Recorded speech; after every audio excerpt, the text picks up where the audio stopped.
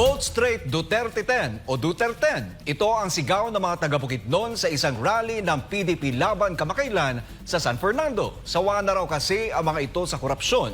Alamin natin kung ano ang naging pahayag ng mga residente doon sa report ni Precious Alvarez.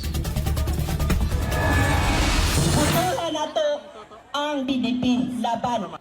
Ilang oras mang nakatayo, wala mang pangakong ayuda.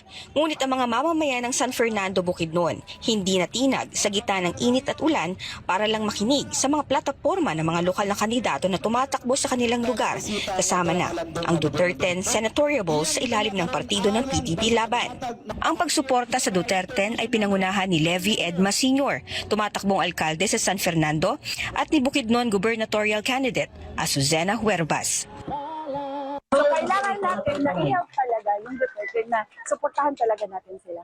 Binigyang diin ng representative at political officer ni senatorial candidate Pastor Apollo C. Kibuloy ang kahalagahan ng pagkakaisa ng taong bayan upang sama-samang maisaayos ang Pilipinas sa pamamagitan ng masusing pagpili ng mga ihahalal sa posisyon sa darating na Mayo 12. Si Pastor Apollo C. Kibuloy, dili kurap. Si Pastor Apollo C. Kibuloy, dili kawatan. Si Pastor Apollo Kibuloy, dili manghilabot ang kwarta nga dili iyaha.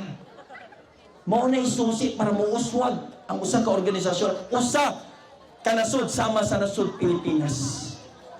Ang mga taga San Fernando, pagod na rin sa korupsyon, kaya nga para sa kanila, vote straight Duterte.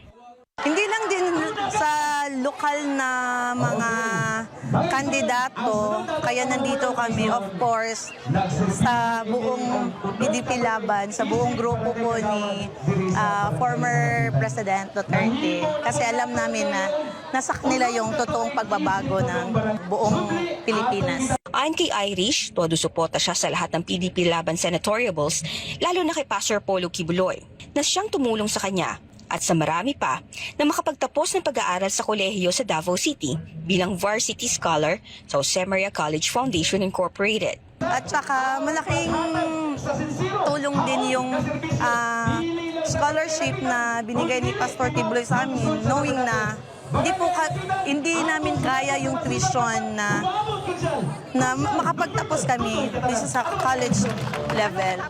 Samantala, sa kabila ng mainit na pagtanggap ng mga mamamayan sa Duterte senatoriables, banta pa rin umano ang dayaan sa nalalapit na halalan. Yung support ko sa kay Duterte palagi yun, at saka yung mga senador. Mag-ingat para hindi tayo madaya. Tingnan natin yung ang picos machine nila, baka may tikas.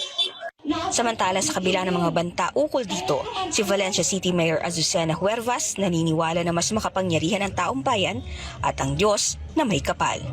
Pero inaasa ko, wala namang imposible sa Mula dito sa Bukidnon, ito si Precious Alvarez nag-uulat para sa Diyos at sa Pilipinas nating mahal.